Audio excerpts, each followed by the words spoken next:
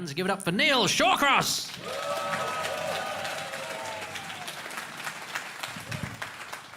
Good evening. How are we doing? You all right? Yeah? I've come out for a breather tonight. I'm in the doghouse, I'll be honest with you. Yesterday, I got caught watching porn on a laptop. Yeah, I was marched right out of Curry's. Didn't have time to pull my pants up or anything. It's fucking embarrassing. It's terrible. But I went next door to Waterstones just afterwards, and I did a book signing. It's really good until I realised that deaf people can read, which is a bit fucking weird, because he just looked at me and went, yeah, you wanker, fuck off, dickhead. And I learned something interesting yesterday. Did you know that the average age of a woman in the UK at death is 84 years old? And 63 of those years are spent in fucking Primark!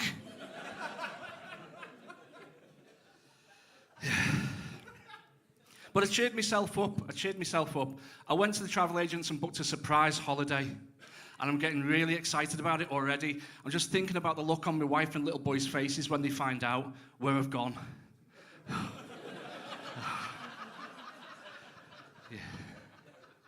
Yeah, because I'm very lucky. Last year we managed to get abroad on holiday, and I know a lot of people can't do that these days because Europe doesn't like us anymore. But I like to show my son. He's 11 years old. I like to take him to different places, show him different cultures. So we went to Mallorca, and he saw all kinds of different cultures. He saw Mancunians, Scousers, Glaswegians. They were nice. Yeah, that was really cool. But it was really exciting for him because he's not really been on a plane very often. And the stewardess came up to him before the end of the flight, and she says to him, "I'll pretend you're him because he's got a beard like you." And she says, "Would you like to see the cockpit and the pilot when the plane lands? Do you want to come up front and see them? You're looking like I was." I was like, "Fuck yeah, I want to go and see the cockpit. I want to go and see it." Evening. And the plane landed, and she came back over to us, and she goes, "Come on, pilot's waiting for you. Come on up and see the cockpit." So we got to the front, and I swear to God, in unison, me, my wife, and my little boy all looked around the corner, and in unison we went, "Oh, isn't it small?" But then the pilot put his cock away and showed us the controls. Cheers. Do you know him? No fucking joystick there, love, tell you. Oh. But we went on one of these all-inclusive holidays, and I'll be honest with you, I wasn't keen. When I go away, I just like to chill out by the pool and just have a bit of me time, a bit of relaxation. But these type of places, they always have that bell end there, the animator. We don't know who these guys are. This is what they call the club reps now. They're animators. They'll go around poolside while they're coked off their tits going, "Come on, let's have some fun!"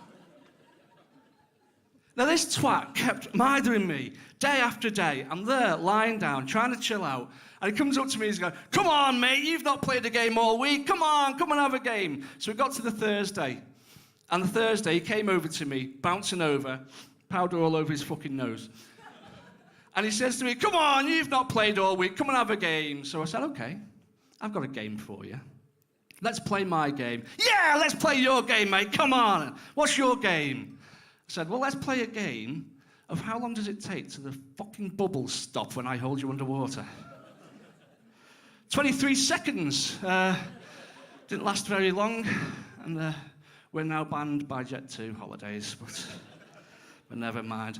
I got onto something else as well while I was there. I was always in and out of the pool, playing with me lad, doing silly things. You know, if you where's the parents in here? How many of your parents in here? Loads of you. Fucking brilliant. Well, you've seen people playing with the kids, and like I was messing about, throwing my kid around in the water, and he was like, "Oh, Dad, do that again, do that again." So other kids were seeing me doing this, and they wanted their dads to do it with them, so they were copying them. "Yeah, Dad, do that to me, do that to me." So then I was giving me lad a piggyback around the pool, and other kids were going, "Daddy, do that to me, Daddy, do that to me." So then I picked my lad up and threw him into the water, and all the other kids were going like, "Daddy, do that to me." And it turned into a fucking competition, and there's people picking up their children, throwing them around the pool, till it ended up with a Hungarian fella wrapping his kid up into a ball and doing a fucking shot put. So now we're banned from Mallorca. I shouldn't laugh really because my little boy, he's not been well recently. Oh, I normally get sympathy for that, but fuck you. He's not been well recently, and the doctor gave him some medicine to take, and for the life of me, I could not get him to take this medicine. So I figured, right, I had this idea. We've got a dog, and with our dog, when he needs medicating, we put his medicine in the food, takes it, doesn't realise it, gets better. So we did that with my son, and he's so much better now, and do you know what? He fucking loves pedigree chum now. Oh, man, you should see him. Bounding about all over the place. His eyes are all shiny, his hair's in nice condition. Just needs to stop dragging his arse across the carpet. It's not good, not good. But I recently, I used to have a day job, and just before Christmas, I'll let you into a little secret, I lost my job just before Christmas. It was a shame, but I was gutted, to be honest, because I had a test just before I lost my job, and I got 100%. It was a fucking drugs test. Which kind of explains it all, really. I'll explain what happened, really, because I'll tell you a bit about myself. I'm a married man. I've been married 13 years this year. 13 fucking years. Woo! Yeah. Now, a lot of people say to me, 13 years, Neil, that's fucking brilliant now. You're doing well. She must really love you. Some people would call it love. I call it tolerance, really. More to the fact that we're both skint and can't afford a fucking lawyer, let's be honest. But yeah, because I'm glad I'm in that position now, because I couldn't handle being single anymore. When I was in a relationship previously, I actually got dumped by one of my girlfriends because she hated my impressions of Gordon Ramsay. He's laughing now, yeah. Laugh at my pain. But no, she hated it, right? She absolutely loved it when she came home from work and I was in the kitchen, or like Ramsay style, giving it all the commentary, knocking up a Michelin star standard meal. She hated it, though, when that moved over into the bedroom. We'd be getting intimate, right? You know it, you've been there, you've done this. We'd be in the bedroom, right, getting intimate, and I'd be like, kiss, nibble, stroke. Get your girlfriend nice and hot, yes? Wacky meeting. I can't do it when I'm laughing, don't. So have a cloth nearby if it gets messy. 2 minutes, flip over. 20 seconds later, sex with a girlfriend, done. Don't forget to season. She covered her eyes as well, love. Oh, no, but she said that bit really got on her nerves and her back and her face. But there we go. But no, like I was saying about losing my job because of the drugs thing, I had a big birthday last year, and this is where it all stemmed from. Because my wife was saying to me, Neil, it's your big birthday this year. You're turning 40. I want to do something special. Get you something special. So what would you like? So I said to her, do you know what I could really do with a new iPad? I'd like a new iPad, please. So she said, OK, I'll get you one. I'll get you a new iPad.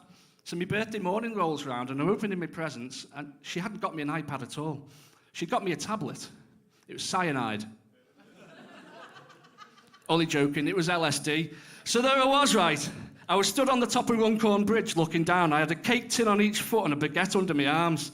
And I'm looking down the bridge, and Chris Akabusi's down there going, you can do it, Neil, you can do it, Neil, you can do it, Neil. And I'm like, yeah, I can, Chris, I can do this, Chris. And I turned around, my dad's there with a bacon butty. He's like, I'll put tomato sauce on it, Neil, is that all right? And I'm like, yeah, fine, Dad, no worries. And then I took the LSD. Fucking weird, yeah. But I'll leave you with this little survey I like to do with my audience here, Manchester, if you don't mind.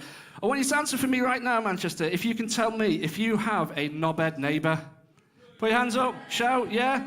Anyone think you don't have a knobhead neighbour? Bad news, you are the knobhead neighbour. Now, for those of you that don't know, the knobhead neighbour is always that twat who walks down your street. You're doing something outside your place, and they're saying that same stupid line. For example, I was outside ours cleaning the car, and our knobhead neighbour, she's a lady, she walks past and she sees me doing that, and she goes, ha ha, you can do mine next, ha ha ha. I walks off, right, and I'm thinking, you knobhead, I'm going to get you back. And my chance to get her back came yesterday. The postman came round with a parcel for them, but they weren't in. So being a good neighbour me, right, I took it in for them, and then later on when they were home, I saw the car was on the drive, I took it round for them, and as I go down their drive, I walked past their front window, and I could see Mrs. Knobhead Neighbour, and I could see Mr. Knobhead Neighbour, and I could see him in his armchair like that. And then I saw Mrs. Knobhead Neighbour's head. Yeah, oh no. I thought, shit, what am I going to do here?